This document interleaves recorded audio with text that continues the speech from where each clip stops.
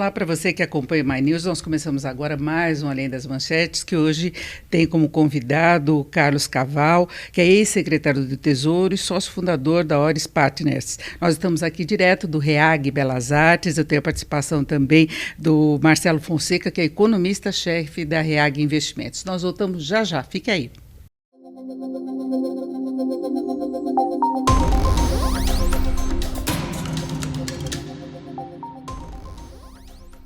E agora sim, começamos o Além das Manchetes. Como eu já antecipei, nós temos como convidado o economista Carlos Cavval. Carlos, muito obrigada pela sua presença, antes de mais nada. Eu é que agradeço o convite gentil aí da REAG, do Marcelo, e prazer também revê-la, Denise. Vamos lá. Muitos assuntos de economia. Vamos começar de contas públicas. Você foi secretário do Tesouro. A gente vê a equipe econômica tentando montar um quebra-cabeças com muita pressão interna do governo por manutenção de gastos, aumento de despesas com a Previdência, o governo tentando dar a entender que vai cumprir as metas fiscais. Você acha isso viável ainda? Então, eu tenho visto já há algum tempo, né, com bastante preocupação a trajetória das contas públicas, e não é uma questão apenas do ano de 2024, e sim desde da transição em 2022, a PEC da transição e a mudança da regra fiscal, né? Quando você está no Banco Central e participa do Copom, é muito claro, né, para pessoas que já passaram por lá, como aquilo influencia a maneira de ver, né, a condução da política monetária. Porque você sentou lá, você teve todo aquele contexto da decisão, enfim, né? Então é sempre diferente você ouvir, né, cenários de política monetária de quem já passou, né, pelo Banco Central. E a mesma coisa no Tesouro Nacional, né? Você sabe que você tem convicção de que a regra fiscal, né, você ter a proteção da lei é fundamental do ponto de vista de você poder garantir, né, que a execução da política fiscal se dê dentro daquilo que desde 2000 a gente conheceu como responsabilidade fiscal, com a lei de responsabilidade fiscal. Então, o primeiro ponto nós não só abrimos mão do teto de gastos no final de 2022, mas com a nova regra, nós relaxamos, nós fragilizamos a lei de responsabilidade fiscal. O ano de 2024, ele é o primeiro ano, né, desde o ano 2000, desde o governo Fernando Henrique, que a gente conduz a política fiscal sem uma regra forte, né? Nós voltamos, portanto, né, mais de 2 décadas em termos da disciplina fiscal implementada por regras. Então, passa a ser muito mais uma vontade política discricionária do Poder Executivo, e o Ministério da Fazenda e o próprio Tesouro Nacional, eles perdem o poder de implementar essa disciplina no rito da lei, né? É essa que é a grande mudança que a gente tem a partir de 2024. Com isso, o eixo do ajuste fiscal se desloca da Secretaria do Tesouro Nacional para a Receita Federal. Então, você no Ministério da Casa Civil. E, evidentemente, na instância última. Eu ia te perguntar exatamente isso. Qual que é o papel da Secretaria do Tesouro hoje, né, na medida em que a gente vê muito o Ministério do Planejamento tentando ver o que é possível cortar, do que dá para fazer, como o contingenciamento que eles anunciaram recentemente, né, que está detalhando ainda, e o Ministério da Fazenda, em princípio, é quem lança aquelas ideias para aumentar a arrecadação, e a impressão é que a Secretaria do Tesouro vai no embalo do que está sendo decidido, que não tem aquela função, olha, eu vou planejar, eu vou estruturar, né, as finanças de forma a obter esses resultados. Então, exatamente. E por trás disso tudo tem a negociação política interna e externa com o Congresso. É exatamente isso. Então, a Secretaria do Tesouro Nacional, ela está agora com um papel de, vamos dizer, coadjuvante em termos do rito fiscal, e todo o esforço acaba sendo jogado para a Receita Federal, arrecadar mais e mais. O que a gente tem assistido em 2024 é a importância que os relatórios bimestrais, que nós já tivemos a divulgação do primeiro, segundo e terceiro, né?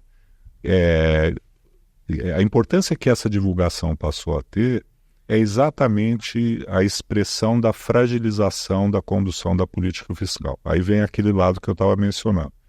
Você já passou por lá, você entende como esse rito funciona e é fácil entender por que ele mudou, né?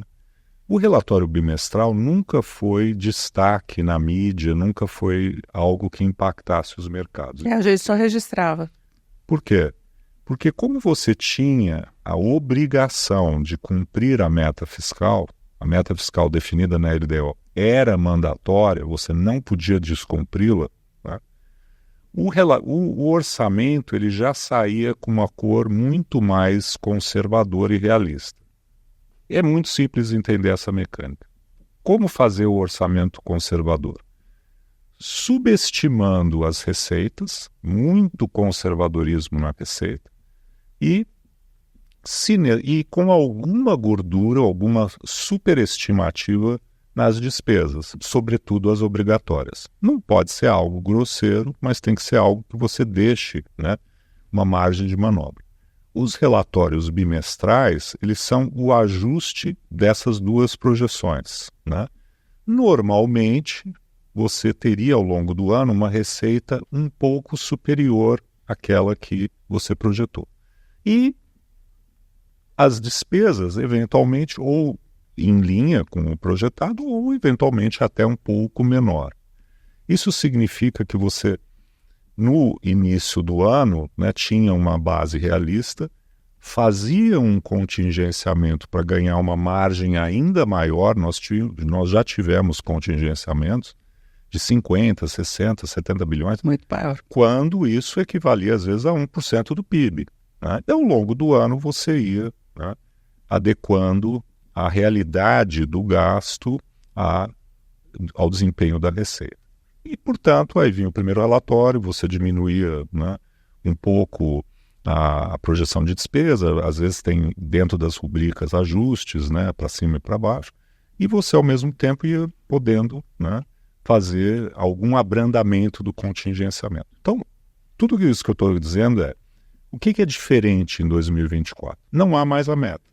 A meta não precisa ser cumprida, né? Nos termos do arcabouço, você pode não cumpri-la. Tem banda. Eles estão trabalhando com isso já. E há até penalidades caso ela não seja cumprida. Mas há, inclusive, a ideia de alteração da própria meta, né? Como já foi feito em relação a 25, 26, 27. Para sugerir que o déficit zero em 24 era realista, né? O governo, realista entre aspas, o governo, o que ele fez? Ele inverteu a lógica no orçamento e nos relatórios bimestrais subsequentes. A receita fortemente superestimada, né? E a despesa obrigatória subestimada, notoriamente na Previdência Social, né? Onde a gente tem aí algo entre 20, 25, talvez até 30 bilhões, tá? Segundo a instituição fiscal independente, 38 bilhões de subestimativa da despesa obrigatória como um todo.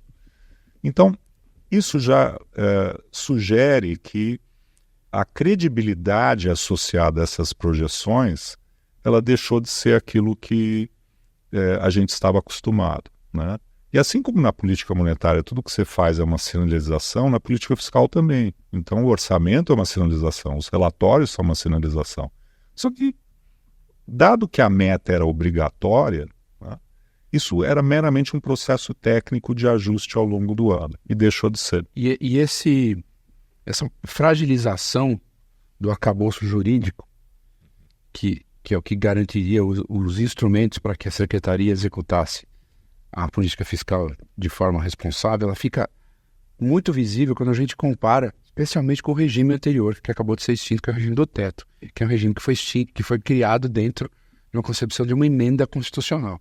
Então havia uma hierarquia jurídica do nosso ordenamento que colocava qualquer outra decisão envolvendo a política fiscal submetida, né, à observância do respeito do teto de gastos. É por isso que ele foi tão bem sucedido em promover uma reorganização das contas públicas, como ele fez de principalmente notoriamente 2017 a 2022, e, portanto, por isso que houve essa desorganização tão grande a partir de então, quando o teto foi extinto, medida que você não tem mais essa âncora. Quando a gente diz que o Tesouro e o Ministério da Fazenda perderam âncoras, exatamente isso significa. Não existe um ordenamento que conduz à execução da política fiscal para se alcançar um objetivo qualquer que ele seja. Agora, de retomar o que está acontecendo agora nessa questão do teto de gasto, mesmo sendo constitucional, em várias ocasiões nós tivemos aprovação de PECs.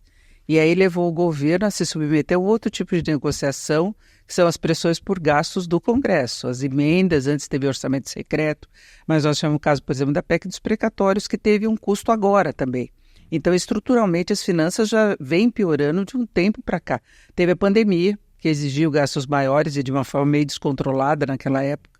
Tanto que hoje uma série de benefícios eles estão tentando passar o pente fino porque as pessoas também se aproveitaram disso, né? O CAD único, uma série de coisas.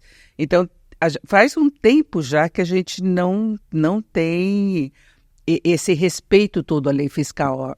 Tinha a importância dela existir como teto de gastos. Acho que eu e muitos outros ex-secretários, analistas, né, das contas públicas e tal, em geral, né, nos posicionamos contra essas PECs, essas excepcionalizações, exceção feita no caso da Covid. Ali havia, né, a ideia de você fazer o orçamento de guerra, enfim, auxílio emergencial, tudo mais. Temporário, né? E tanto que logo depois do fim, né, desse orçamento de guerra, nós tivemos uma recuperação da economia com receitas maiores e tal, e a dívida PIB novamente entrou numa trajetória de queda. Agora, eu insisto que hoje a gente não só abandonou o teto de gastos, que eu sempre defendi, né, que eu acho que no final é uma questão também ligada ao tamanho do Estado, né? A gente quer ter um Estado de 30% do PIB, 35%, 40% ou 50%. Se você quer ter algum limite nisso, você tem que controlar o gasto também, né?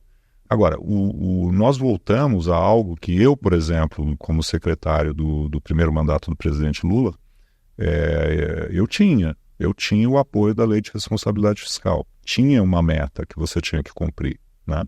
E nós, nesse sentido, evoluímos, né, a um período prévio, não só ao teto, mas à própria lei de responsabilidade fiscal. Então, há uma desancoragem, né, muito forte do ponto de vista das expectativas, né, de crescimento da dívida pública, enfim, que voltou a uma trajetória de crescimento. E não só isso, se nós observarmos, né, a velocidade do crescimento do gasto público até o teto de gastos, né, ela crescia, né, tipicamente a 6% real ao ano, né? Com o teto, nós passamos por um período que o gasto público cresceu próximo de zero, né, em termos reais, pandemia.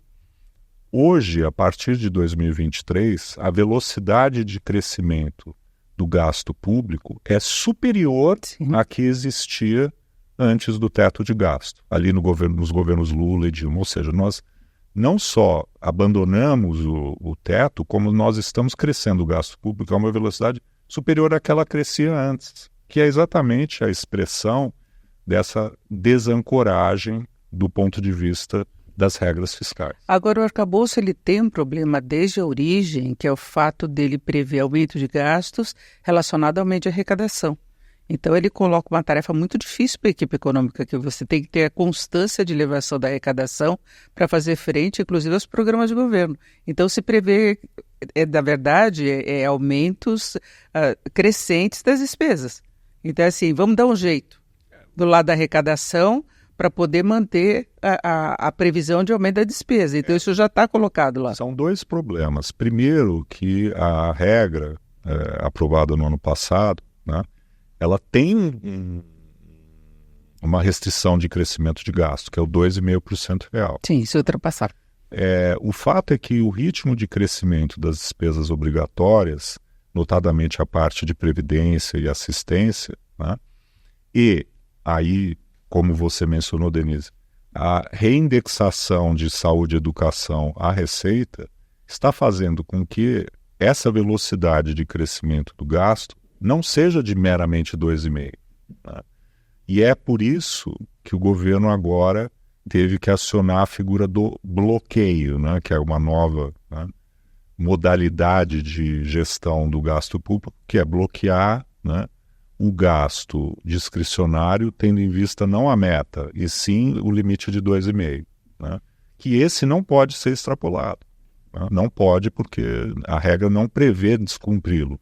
Ela prevê descumprir a meta. Agora, o segundo problema é o problema da meta em si. Né? Você pode estar cumprindo o limite de 2,5% e não cumprir a meta se a receita frustrar. Como a superestimativa da receita é muito grande, ela ainda é de alguma coisa como 30, 40 bilhões de reais, faltando, né, 5 meses para terminar o ano, o governo tem tido a necessidade de buscar medidas adicionais de receita, está ainda, né, discutindo no Congresso a questão da reoneração de folha. Pensação da desoneração desse ano também, não é?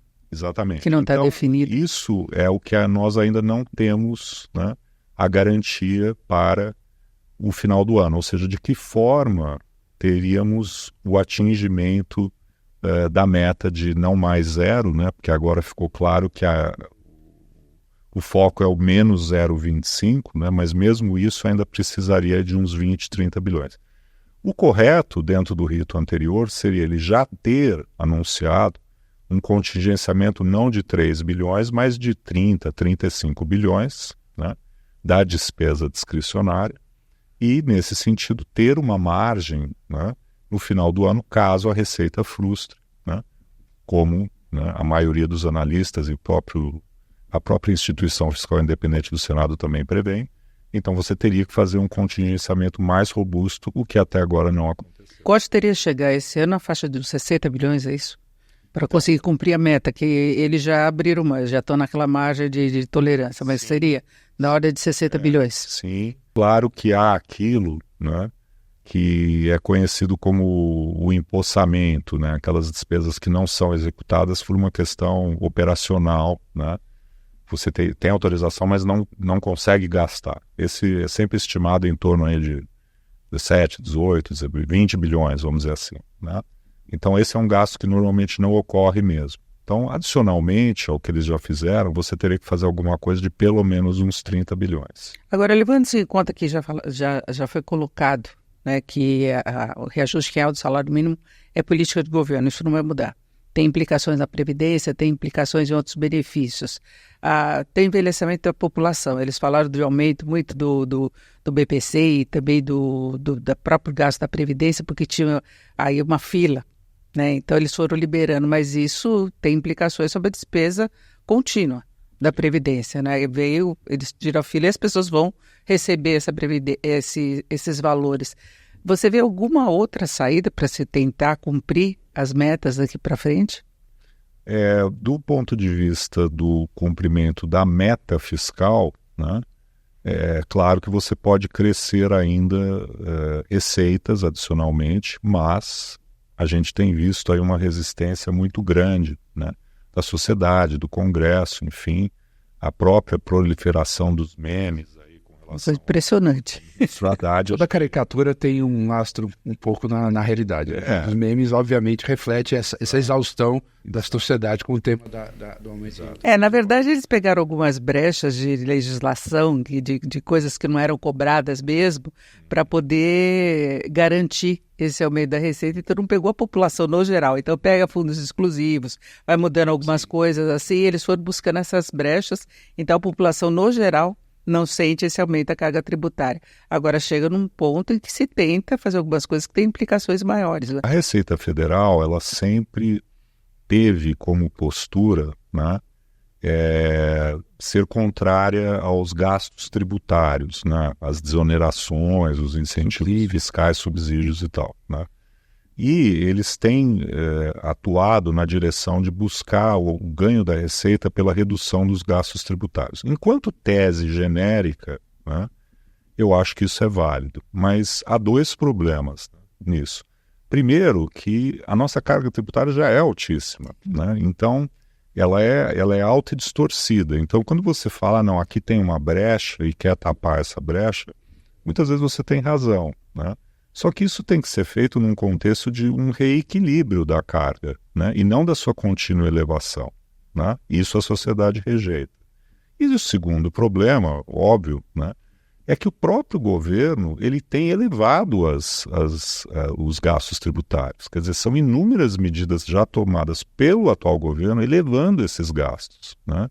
No setor automotivo, agora o governo vai criar um novo título do BNDES isento de tributação. Então, quem que vai comprar esse título? Não me parece que é a população pobre. Quem vai ter a isenção, né, são fundos de investimento, são pessoas de alta renda. Então, é a ideia de que eu vou tapar o buraco, mas ao mesmo tempo eu estou abrindo novos, né? Então, desse ponto de vista, não é o caminho onde você vai conseguir o êxito da sustentabilidade da dívida pública. Eu adicionaria um terceiro problema a essa tentativa de fechar o rombo pelos gastos tributários. Esse terceiro seria o seguinte: se você olha o volume de recursos que eles representam, perto de 600 bi hoje, os três principais, acho que superam facilmente 50% dessa conta, Simples, Zona Franca de Manaus e entidades beneficentes, não tem nenhuma palavra sobre isso. Então, me parece que é um movimento em que você tem o discurso, no sentido da tese genérica, que ela é legítima, mas ela não tem a prática. Isso escapou até da reforma tributária, né? O Simples e a Zona Franca continuaram na reforma tributária, por dada a força para se manter. Agora, você imagina com a carga tributária que nós temos, você mexer hoje no Simples, você criaria problemas. Pode até questionar o limite do Simples. Agora, para o empreendedor brasileiro e mesmo o MEI, você criou uma alternativa, né? Então, você foi tentar conciliar a carga excessiva que se tem no Brasil.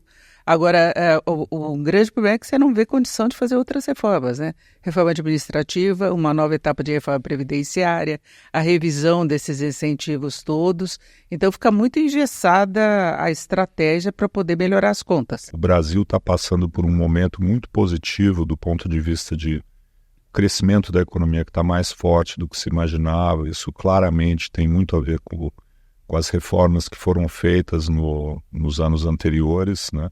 As nossas contas externas estão muito mais sólidas, né? A gente viu agora que no bojo dessas reformas a importância do Banco Central autônomo, né? Isso está garantindo uma transição, né, muito mais eficiente, né, agora no final do ano. E eu acho que a reforma que agora ficará, uma vez que aprovamos a reforma tributária, né, do ICMS, a grande reforma para o próximo governo, não acho que esse vai fazer, é a reforma do gasto obrigatório, né? Então acho que até mais do que a reforma administrativa, que é algo que certamente tem que ser feito, mas vai envolver uma transição muito longa, mais ou menos que nem a Previdência, né? Você tem os direitos adquiridos, então ela não produz efeitos de curto prazo, né? Mas é desejável do ponto de vista também da eficiência. E além disso, precisaremos, evidentemente, revisitar a Previdência, ajustar limites de idade, coisas desse tipo, né? Mas a grande reforma é a desindexação do nosso orçamento e do gasto obrigatório. É interessante até porque vivemos agora os 30 anos do real, né? Os pais do real, todos falando, né? Puxa, qual era a ideia que eles tinham? O plano real ele ficou inconcluso, né? E ele está inconcluso não por conta da inflação, que é um grande ganho, agora inclusive com a autonomia do BC. Instituto da indexação. Exatamente, é a rigidez do gasto. Então, é tão simples quanto isso. Se eu tenho 92% do gasto que é obrigatório, e a maior parte por dispositivo constitucional, seja a questão do salário mínimo, a indexação de saúde e educação, enfim, e os outros benefícios sociais, eu só posso mexer em 8, né? Eu tenho um grande problema. E eu também não consigo mais expandir a carga tributária. Não tem como você achar que o 8, né, o rabo do cachorro, vamos dizer, vai resolver o problema, né? Você tem que olhar o animal como um todo. E acho que está muito claro, né, que essa indexação, esse andar, né, do gasto nessa velocidade é completamente inviável. Não tem a menor chance, né, de daqui a 3, 4, 5 anos a gente não ter uma grande crise fiscal. Então, eu acho que tá tudo caminhando na direção de deixar claro, né, que não tem como o gasto crescer nessa velocidade, número 1. Número 2, não dá mais para a gente achar que a carga tributária vai crescer, né, mais 2, 3, 4% do PIB. No ano passado, o governo ganhou cerca de 1% do PIB de arrecadação. É muita coisa, são 120 bilhões de reais. Já é um grande ganho você chegar, olha, eu vou ser um governo com cunho social, eu vou precisar de mais receita. Poxa, ganhou 1% do PIB. Mas não pode ser 3, 4%. A conta não fecha, né? Então, acho que assim, como diz o meu colega, a planilha de Excel não mente, né? A gente tem hoje o mundo das narrativas, isso, aquilo e tal. Mas a planilha de Excel, ela te dá lá projeções, né? Facilmente, né? Ao longo dos anos, que indicam, né? Como a dívida PIB ficará, né? Dentro desse contexto. E também, né? Está muito claro que nesse contexto de maior expansão do gasto público, etc., a gente está desequilibrando novamente a nossa taxa de juros real na direção que a gente não gostaria. Ou seja, elevando o seu nível num mundo onde os juros Mas estão subindo. também está subindo. Por fatores, inclusive, semelhantes a esses e outros. Agora, antes de falarmos dos juros, ainda em relação às contas públicas, do ponto de vista político, o governo pode enfrentar um problema em 2026, que vai ser um ano de eleições, e ele pode estar no limite para ampliação de gastos, na verdade, tendo de segurar as despesas, até para aquele limite que você colocou dos 2,5%, e não só a meta. E se ele ficar afrouxando, mesmo que ele tenha condições, mude a meta e uma série de coisas, tem as reações de mercado financeiro, como a gente tem visto, que tem outros reflexos, desarranja outras coisas e aí entra na política de juros, aí entra no próprio comportamento da inflação. Então ele pode criar uma situação muito difícil até 2026. E eu acho que o lado onde a corda arrebenta primeiro, que já não é mais nas contas externas e tal, né, é na gestão da dívida pública, né? Então a gente já vê em 2024, né, que o governo tem tido muito mais dificuldade em colocar papéis longos, né, porque isso está pressionando os juros de longo prazo. Os juros lá fora continuam elevados e não vão cair tanto quanto se imaginava, né? E a alternativa nesse quadro é você se financiar crescentemente com LFTs ligadas à Selic. Quando você pensa, né, e eu acho que era um pouco a estratégia do governo, mas a Selic vai cair lá na frente para 8%, 9%, então tá bom. Diminui a dívida. Só que agora a gente parou em 10,5%. Perspectiva de alta. A taxa média de juros da dívida bruta hoje, de rolagem da dívida bruta brasileira, é acima de 2 dígitos. Então, quando você coloca isso tudo na conta, começa a ter um problema do ponto de vista da própria rolagem da dívida pública. E a gente já teve vários episódios, né, de estresse no mercado, Tesouro Nacional. Eu mesmo vivi na minha experiência, que foi curta. Ter que entrar, recomprar papéis, etc. Quer dizer, a gente está esticando a corda excessivamente no que toca à gestão da política fiscal, e onde ela arrebenta primeiro é sempre no mercado de títulos públicos, né? E no estresse das taxas de longo prazo, afeta os demais ativos, dólar e tudo mais. Então, eu acho que a gente está contratando aí algo que a gente conhece muito bem, né?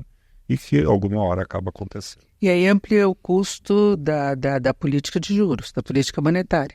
Né? E aí fica aquela interrogação, nós vamos ter uma mudança na direção do Banco Central.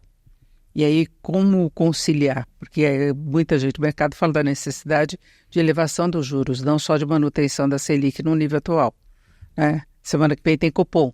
E aí, como é que fica? A gente resgatando, né, que antes da pandemia, né, ali em março de 2020, a gente estava com uma taxa Selic de 4,5%. Às vezes a gente esquece, né, mas era 4,5% a Selic. Tudo bem, ela caiu para 2%, né, aí foi excepcionalmente baixo. Agora, a expectativa mais otimista é que ela caia em algum momento para talvez 9%, 9,5%.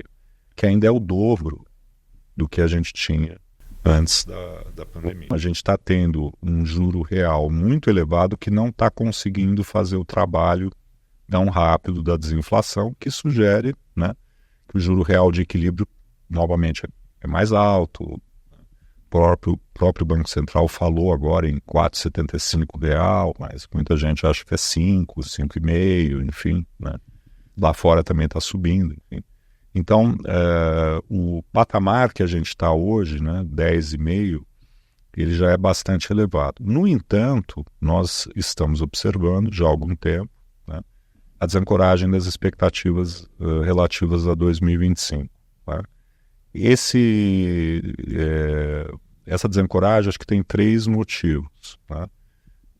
A incerteza com relação à mudança do Banco Central, que poderia ser abreviada se houvesse essa indicação antecipada. Número 2, a economia está mais aquecida do que todo mundo supunha. Sim. Então, nesse sentido, há uma pressão sobre a inflação.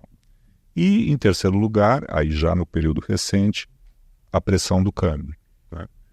Com essa desancoragem crescente, nós já estamos aí próximos de 4% de expectativa para 2025, o modelo do Banco Central, aí entra naquele lado técnico. Quem está lá olha e fala, puxa, mas o que eu faço quando o modelo começa a indicar, né, que eventualmente o balanço de riscos já não é mais equilibrado e que ele aponta na direção de ajuste da taxa Selic para cima.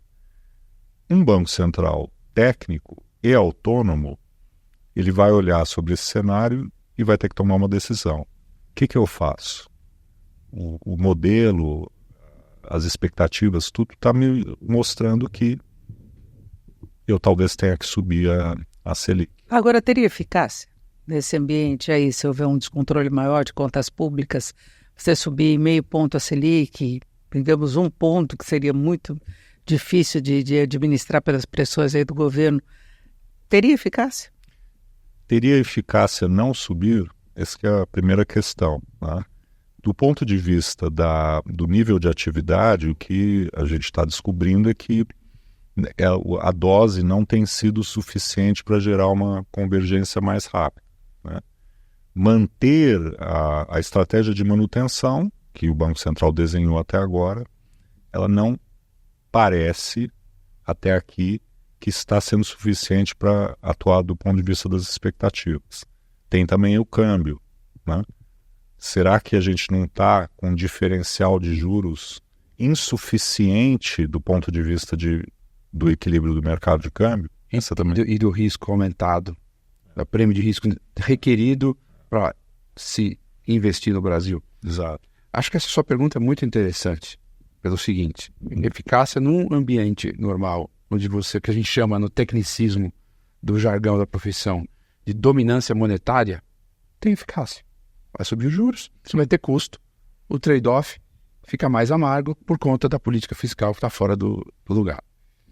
Agora, se a gente cai numa situação que a gente chama de dominância fiscal, que aí é o mundo onde não tem eficácia, aí a gente está com um problema de verdade. Que aí existem situações onde, de fato, as contas públicas saíram de ordem de uma maneira tal, qual que subir os juros agravaria de tal forma a trajetória fiscal que você teria, na verdade, um efeito contraproducente. Esse mundo a gente não quer estar lá. A gente não sabe. Exatamente, você não está vendo isso agora. A gente não chegou nesse. Eu acho que é consensual que a gente ainda não chegou. A gente pode estar se aproximando de uma maneira mais rápida do que a gente temia desse horizonte de eventos, né? Falando aqui da física.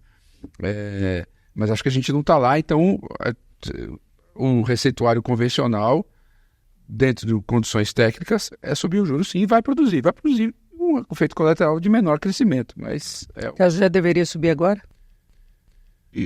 temos uma reunião próxima, né, em julho.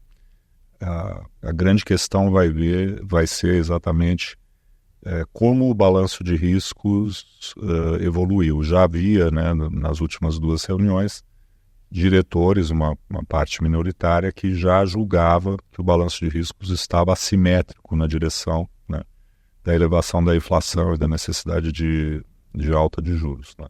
Desde então, os 3 elementos principais, né, que atuam sobre ele nesse momento, o cenário internacional, a expectativa de inflação e a ociosidade na economia, o hiato do produto, enfim, a meu ver, não evoluíram na direção que ajudasse o Banco Central.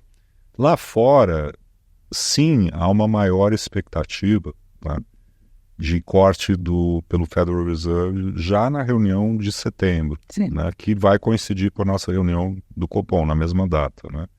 Ocorre que isso não está sendo, nesse momento, benéfico do ponto de vista do prêmio de risco dos países emergentes, que tem se deteriorado. Então, o Brasil também, nesse momento, não está num contexto favorável do ponto de vista das moedas emergentes. A gente tem visto uma performance, em alguns dias, até pior do peso mexicano, depois da eleição, pelas ameaças protecionistas de um eventual governo Trump, né?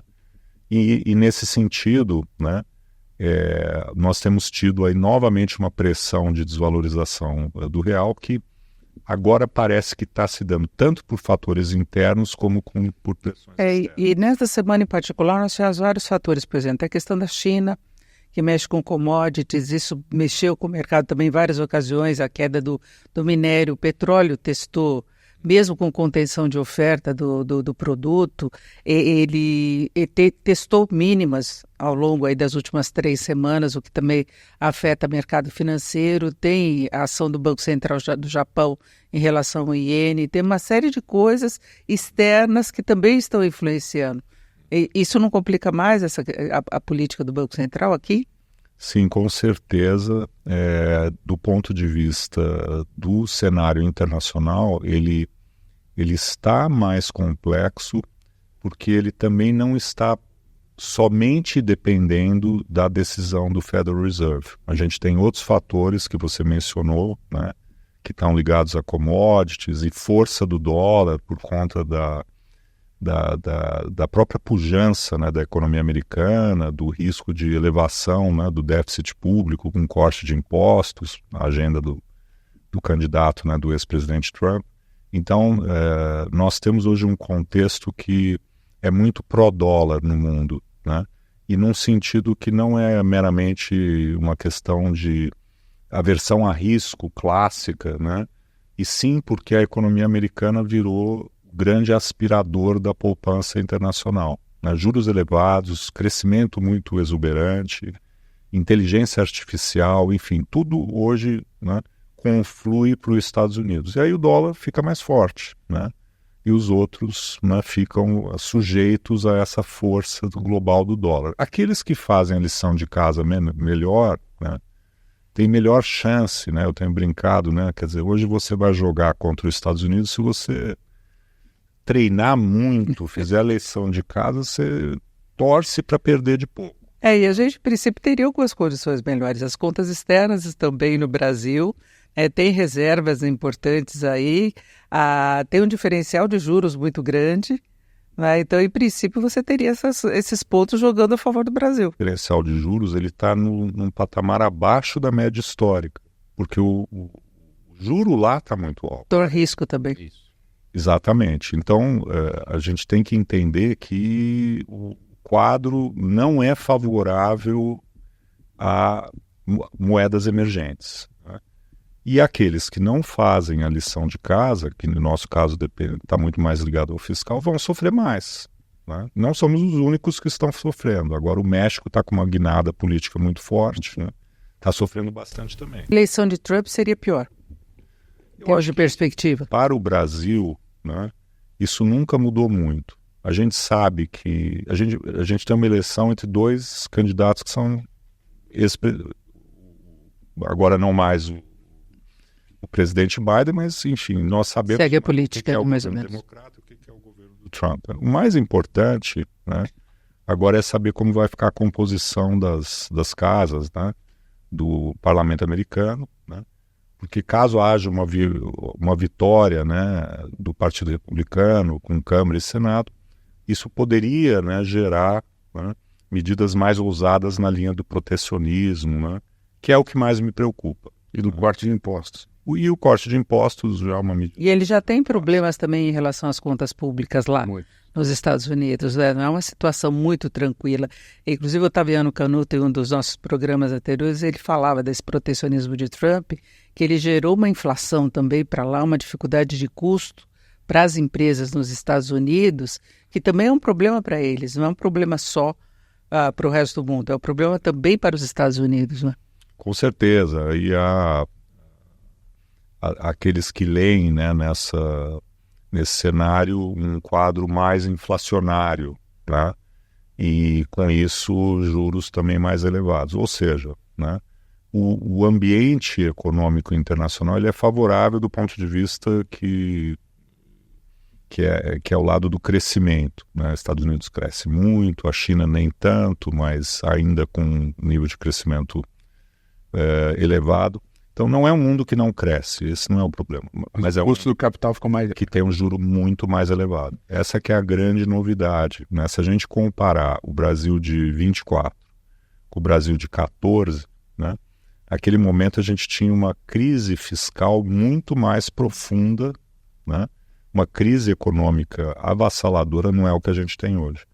Mas as contas externas naquela época, né? Elas sofreram também bastante do ponto de vista de preço de commodities, enfim. Mas diferentemente de hoje, o juro lá fora era zero, né? Então você não tinha, né, uma competição vindo de uma taxa de juros real elevada globalmente. A nossa era, mas fora do Brasil não era. Quando você ajustou as despesas públicas, né, teto de gastos, etc., os juros caíram rapidamente, né? Não é mais assim. E a gente vê que todas as decisões dos bancos centrais hoje são acompanhadas com muita atenção, porque todo mundo está com essa dificuldade de calibragem, de tentar controlar a inflação, trazer para as metas. Então tem na Europa, tem a preocupação com as moedas, tem preocupação com o andamento de economia. Então a gente pega no Japão a decisão da China, a China até tentando estimular mais o crescimento, né? Embora eles tenham um nível de intervenção muito maior na economia, mas há preocupações, decisão na Europa, decisão no Reino Unido, nos Estados Unidos, o mercado para observando, né? Com certeza, nós estamos agora muito mais dependentes, né, desses movimentos todos, mas o fato é que o Fed cortando os juros em setembro, em dezembro, ou mesmo cortando 3 vezes ainda ao longo desse ano, não vai mudar a realidade que é o juro real de equilíbrio é mais alto do que ele era há 5 anos atrás, antes da pandemia. É uma nova realidade global que vai ficar por algum tempo, né? Então não dá mais, né, para a gente apostar que a normalidade é o juro americano real de 0, ou um pouco negativo, um pouco positivo. Ele vai ter que ser real positivo por algum tempo. Agora, pensando em perspectiva da economia brasileira, então a tua expectativa é de piora? Acho que tem um lado surpreendentemente positivo na economia, né? Para quem trabalha olhando o lado real, mercado de capitais, mercado imobiliário, né? Ainda tem se comportado aqui no Brasil de uma maneira surpreendentemente positiva. Nós, economistas, temos errado, né, recorrentemente as previsões. Então, eu não sou, vamos dizer, fatalista no sentido de que isso vai desembocar numa grande crise. O fato é, Denise, que não tem justificativo uma economia que está tão bem, com uma taxa de desemprego próxima de 7%, que é o mínimo histórico, ter o governo gastando tanto e cada vez mais. Quer dizer, está completamente desalinhada a política fiscal do conjunto da obra. Isso não é nenhuma questão da gente olhar a sustentabilidade da dívida pública nos próximos 4, 5, 6, 10 anos, tal, e que também é preocupante. O fato é, se a gente olhar o Brasil hoje, né, tudo sugere que o governo deveria o quê? Contrair o gasto, né, fazer uma política fiscal anticíclica, no sentido de que ele, tirando o pé do acelerador do gasto, né, a economia ainda estaria bem, ajudaria no controle da inflação e na queda da taxa de juros. Mas há um viés de origem, né, vamos dizer assim, ideológico, enfim, de que eu preciso gastar mais e mais e mais. Ou porque tem que resolver o problema da pobreza, ou porque quer incentivar o setor A, ou B ou C. O fato de a economia ir bem, de o mercado de trabalho ir bem, não afeta a popularidade do governo. É uma outra distorção que a gente tem. E acontece nos Estados Unidos. Por exemplo, que nem o Biden, né, ele era muito mal avaliado e não tinha entrado nessa questão de idade, das condições físicas dele, e ele já era mal avaliado. Mesmo com uma taxa de desemprego, uma situação quase pleno emprego, recuperação de renda, crescimento de economia, de atividade, mercado imobiliário, aqui no Brasil pega a mesma coisa.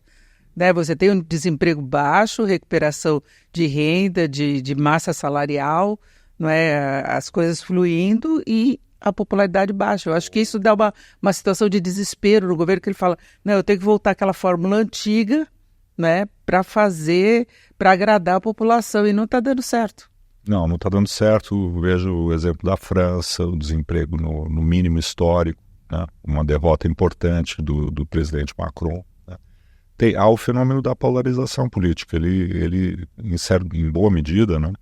Como você está mesmo dizendo, ele é, de certa forma, extra-econômico, né?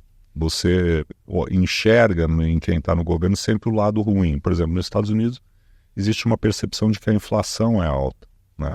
Ela realmente subiu bastante, está caindo agora, mas o nível de preços não é o que prevalecia há 5 anos atrás. Mas o nível de emprego não é super elevado, o mercado de trabalho, né, tem falta de oferta de empregos e tudo mais. Não, mas não é isso. Eu estou olhando ou a desigualdade, enfim, né? Então, é o domínio das narrativas políticas, mas que, de novo, redunda nessa polarização ideológica que a gente tem. Eu concordo, quer dizer, no final, né, se você gastar muito nos Estados Unidos, né, não é uma eventual, não, pode ser que não seja a solução para você se reeleger, mas você não estraga tanto a economia. Aqui no Brasil, sim, né? Aí o dólar começa a subir, o juro começa a subir e alguma hora dá problema, né? Então, a gente está, de fato, né, contratando algum problema à frente, até porque essa expansão toda do gasto, né, ela descasou do ciclo político tradicional, né? Normalmente você faz isso na segunda metade do governo e foi feito lá já no começo. Tem alguma avaliação diferente do mercado financeiro, aí puxamos os dois, em relação a mercado, esse comportamento, às vezes muito extremo, por exemplo, de pressão cambial, isso pode se agravar? Olha, pode, sem dúvida nenhuma. Eu acho que esses fatores que o Carlos colocou aqui, que estão explicando a pujança do dólar, eles estão na mesa, o jogo está sendo jogado. Porque eu acho curioso que tem alguns dias que eu tenho que justificar, né? Por que está acontecendo isso, e você vê as mais variadas explicações. Você vai conversando com as várias casas e as explicações são diferentes. Você fala, o que aconteceu? Sabe, assim, de mais concreto que tenha levado a essa pressão toda. Tem sido uma combinação infortúnia de fatores. É o que a gente está falando, externos e aqui domésticos. Teve um componente lá de, digamos, 45 dias atrás, que foi uma exacerbação desnecessária vindo do ruído da política. Esse componente, ele foi reduzido, ele não foi eliminado totalmente. Presidente Lula, né? Ele traz revelações a respeito do quê? Do entendimento e das estratégias do governo a respeito de como lidar com o problema. Então não é só, digamos assim, entre aspas, uma bravataria, que você depois tira a bravataria da mesa e as coisas estão resolvidas. Não estão, porque nós temos de fato um problema posto, que é a questão da insustentabilidade das finanças públicas, e a postura de confrontação revela que não existe um desejo genuíno de colocar-se uma solução para os problemas. Então você conseguiu, naquele momento, reduzir aquela temperatura, mas os fatores latentes, eles estão... E já mudou o patamar, né? Já mudou o patamar. Então, o caso do Trump, a pressão do dólar, né, como moeda contra o resto das moedas. Numa eventual vitória ampla dos republicanos, nós temos uma coisa aí que é um risco que a gente chama de cauda, que é o risco de uma implementação dessa agenda a toda a força. Qual é o tamanho? A gente está falando qual é o tamanho do corte de impostos, qual é o tamanho das medidas protecionistas. Então, isso não sabe, isso cobra prêmio nos mercados. Assim como cobra prêmio o risco sobre a meta. Mas a gente vai ficar quão distante da meta, quanto está subestimado, como é que fica 25 e 26. Todas essas coisas não vão sair da mesa. O nível de imprevisibilidade hoje aumentou muito, né, em relação a isso. Agora, como você citava que você esteve no governo Lula, lá atrás, no começo, o fato dele ter amenizado um pouco o discurso, reduzido os ruídos recentemente, será que não podem remeter àquele momento em que ele entendia melhor as circunstâncias da política econômica, do andamento da economia, em que ele aceitou juros mais altos, em que ele aceitou contenção de despesas, para tentar criar uma situação mais calma? Trabalhei na Secretaria do Tesouro no ano de 2006, era inclusive um ano eleitoral, né, um ano difícil do ponto de vista político. Tinha havido a crise do mensalão, né, no ano de 2005. O ministro Palocci tinha saído, né, e era um ano eleitoral. Só que o contexto era inteiramente diferente. Foi um ano, inclusive, que o Brasil teve um upgrade de rating de crédito pela Standard & Poor's, né? E ficou a 2 níveis do grau investimento. Aí 2007 foi para o penúltimo e depois chegou em 2008 ao grau investimento que depois perdemos, né? Então a gente estava numa maré positiva. Agora, a reflexão que eu faço é o seguinte: o presidente Lula, no ano de 2003, para quem lembra, né, que foi um ano dificílimo, acordo com o FMI e tal, ele fez um ajuste, né, do gasto muito forte, porque a inflação era muito alta, né, na esteira da desvalorização do câmbio, e ele, né, por exemplo, não reajustou o salário do funcionalismo, os salários, né, dos funcionários caiu muito em termos reais. Então, se você for ver, naquele ano foi um ano de queda real do gasto, que é, no caso do Brasil, extremamente incomum. Também ele fez uma mudança na legislação do PIS/COFINS, né? Aliás, era o secretário, então, Bernardo Api, que tocou essa agenda. Mas nos anos seguintes, o gasto passou a crescer em termos reais de uma forma muito significativa. Mas foi para fazer frente também à crise internacional e depois entrou nesse ciclo. Não, foi 2008. Ele começou antes. De bonança, o gasto muito forte. 6, 7, até 2010 os gastos cresceram muito. Só para você ter uma ideia, no ano de 2006, quando eu fui secretário, o salário mínimo subiu quase 17% em termos nominais. A inflação daquele ano foi muito baixa, foi 3%. Então era um ganho real, num ano só, de 14%. O que acontecia é que a arrecadação estava num momento de crescimento muito forte. Crescia 9% real, 8%, 10%, sempre acima, né, da expansão real do gasto, né?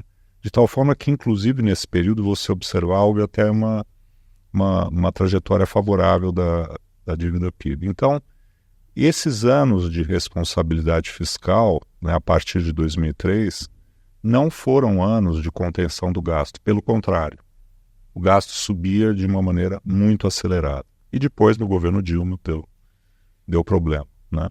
Então, acho que assim, o que me preocupa é que o histórico do presidente Lula não foi um histórico de responsabilidade fiscal via contenção do gasto, com exceção do ano de 2003. Então, quando a gente recorre àquele período e fala, não, mas haverá, eu acho, dentro desse contexto de que a receita corresponda ao esperado. 2024, né? A expectativa é que a arrecadação cresça, em termos reais, nesse ano, 9%. É bastante coisa para uma economia que vai crescer 2,5%. Né? Só que o gasto, ele provavelmente crescerá 13% em termos reais. Ou seja, a gente agora está numa trajetória de crescimento do gasto muito superior à que era, inclusive, no primeiro e segundo mandatos do presidente Lula. O problema ainda é acreditar muito que a economia crescendo, ela dá esse equilíbrio fiscal, melhora as contas, acomoda toda a situação, então se tenta induzir o crescimento com gastos. Esse que é o problema. Anterior aqui com a presença do Luiz Carlos, que é essa filosofia do keynesianismo do moto contínuo, que você injeta gasto na economia, a economia cresce e ela promove o crescimento da arrecadação para se autofinanciar. Tem um pouco dessa filosofia lá dentro. Né? E que não está dando certo. Eu sempre lembro uma frase do professor Delfim Neto, né? Você tem o setor privado e o setor público. O setor privado é mais produtivo. Né? Você achar que crescendo a arrecadação do governo e crescendo o gasto do governo, a economia vai crescer mais, quando você está transferindo do setor que é mais produtivo para o menos produtivo, será que funciona? Agora, Carlos Caval, uma coisa, como é que você vê a discussão de reforma tributária nesse contexto em que a gente ainda tem renovação de estímulos? Você pega a plataforma dos candidatos à prefeitura, por exemplo, todos eles querem dar mais incentivos para mais setores, sendo que a reforma vai juntar esses impostos. Então, os incentivos vão ficar limitados, não é? Você vai ter, então, dá a impressão que todo mundo está ignorando a reforma tributária. Eu acho que, em não sendo um especialista em tributação e conhecendo muito o secretário Bernardo Api, trabalhei junto com ele no governo e tal, admiro muito o trabalho dele, enfim. E o grande mérito foi que a gente tirou da Constituição, né, um monte de coisa que não deveria estar lá e que agora vai permitir que agora na legislação complementar a gente faça um novo modelo para o IVA, né, os impostos indiretos. Né? Claro que no final vai ter um monte de vamos dizer, vai ser de certa forma uma colcha de retalhos, mas isso te permite ao longo do tempo, uma vez que você já mudou a Constituição, aprimorá-lo, né? Ele queria uma reforma muito mais austera, por ele não teria 80% das isenções e exceções que estão sendo dadas. Por ele mexeria inclusive na Zona Franca. É um progresso em relação ao que a gente tem hoje. Né? O problema é que o nosso sistema tributário ele sempre piorou ao longo do tempo. Por quê? Porque você expande o gasto e chega uma hora que você precisa de mais receita. E você busca a receita não da maneira que é mais eficiente do ponto de vista do sistema tributário, e sim de onde você arrecada mais rápido e mais fácil. Né?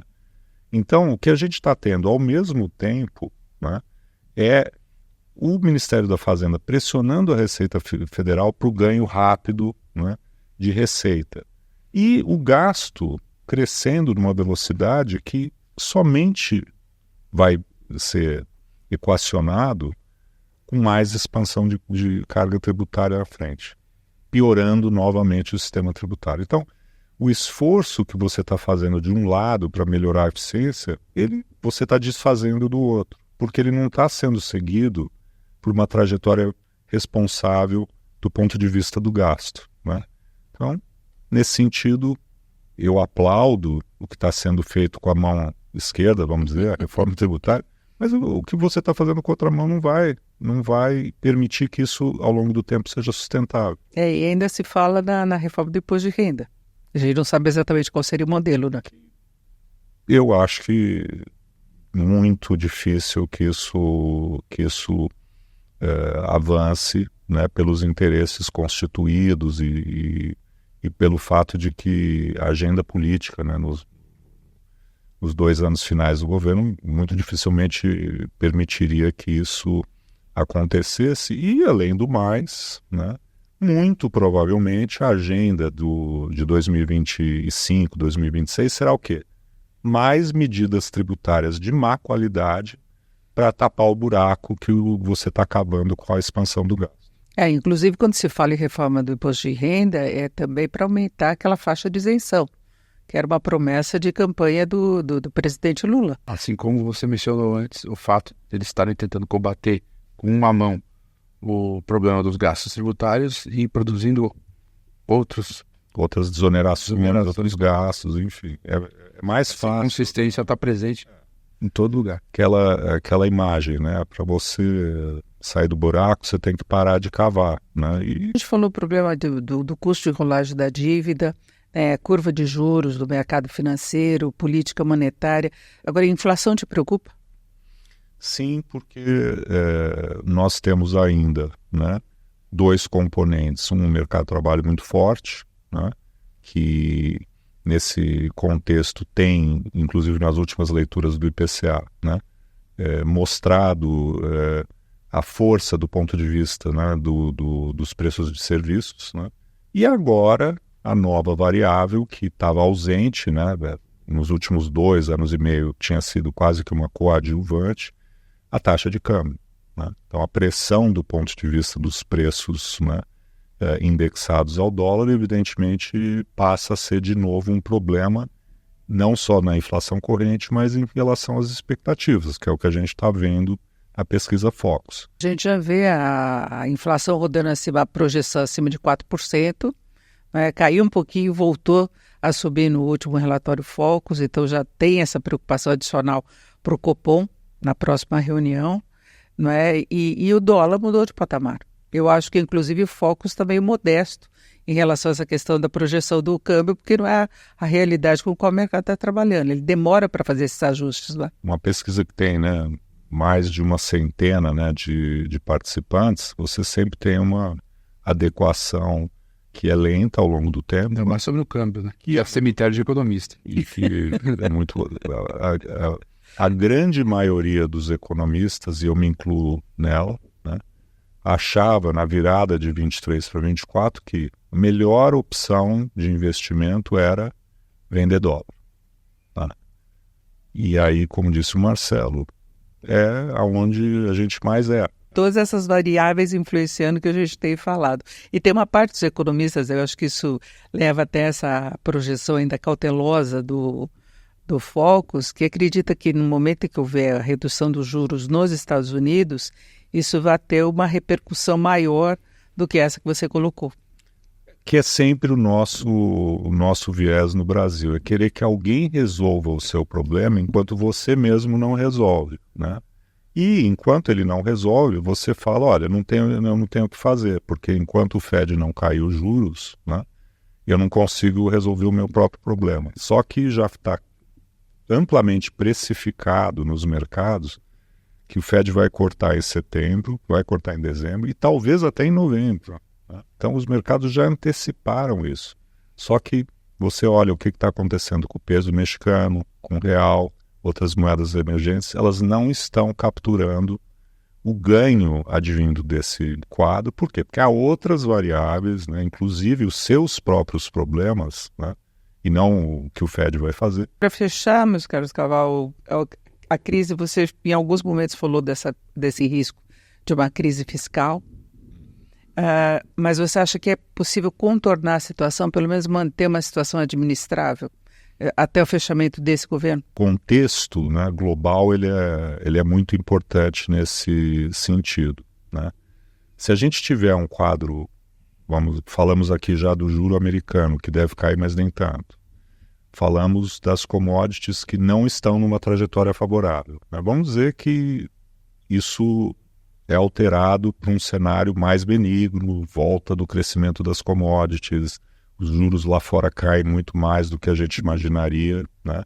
Você cria um ambiente que é de maior tolerância a essa trajetória fiscal, que, concordamos aqui, né, Marcelo e eu, não é uma trajetória de dominância fiscal explosiva como, por exemplo, parecia ser ali em 2015, 2016, né?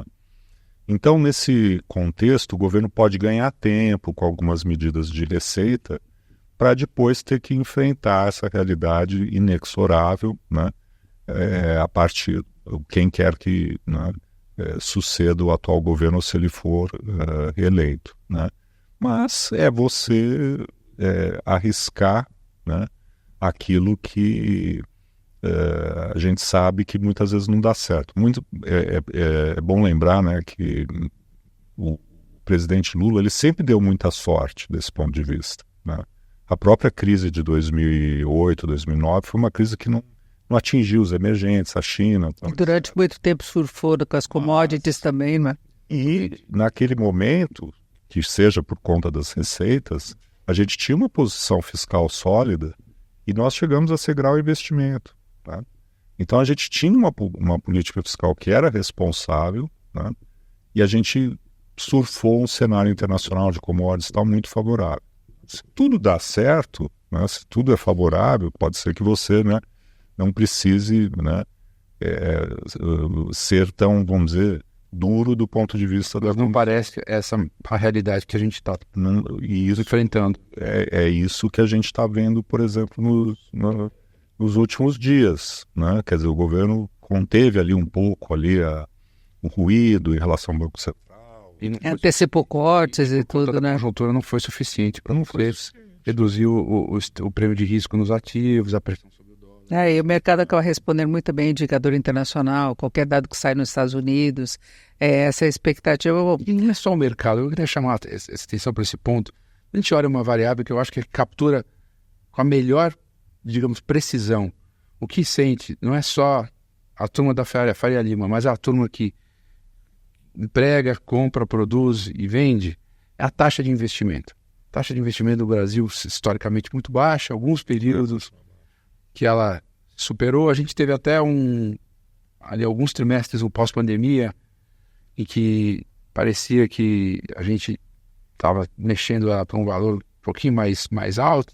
Voltamos de novo para taxas extremamente... Mas aí eu acho que tem um problema também do lado produtivo brasileiro que acaba atrapalhando uma gestão mais eficaz, que o empresariado, de modo geral, adora uma desoneração, um incentivo e cobra corte dos juros. Então, é uma coisa que eles batem com a posição do governo é essa. E na hora de pressionar o Congresso para manutenção de benefícios fiscais, o lobby é muito pesado, de todos os setores. A gente viu isso na reforma tributária. A própria reforma tributária, manutenção e desoneração da folha. Né? Então, tem isso, não tem uma cobrança da responsabilidade fiscal. Se tiver tudo calmo, tudo bem, gasta à vontade. Eles vão reclamar, eu acho que tem esse problema. Aí o mercado vê as consequências e os problemas estruturais. Então é isso, dá para segurar a situação, mas os problemas estruturais vão continuar aí, né? A gente sempre tem que separar o que é o oportunismo, né, daquele setor que quer sempre um benefício a mais e mais do que os outros, né, do problema mais amplo, que é a nossa carga tributária é muito elevada. Também. É muito elevada, né, para o padrão de país emergente, mesmo para o padrão de alguns países desenvolvidos, ela é muito elevada. Então, essa rejeição ampla ao aumento da carga tributária e a busca de algum alívio também reflete esse contexto de intolerância ao caminho. É o jeito de escapar dessa situação. Válvula de escape. Válvula de escape. É isso, eu agradeço muito a participação. Agradecemos, né, do Carlos Caval, economista e secretário do Tesouro. É isso, da Oris Partners. Muito obrigada. Obrigado a você. Obrigada a você que está acompanhando o My News, obrigada pela sua audiência e confira os nossos programas anteriores para ir além das manchetes, para entender mais o que está acontecendo com a economia brasileira, com a economia global. Até a próxima.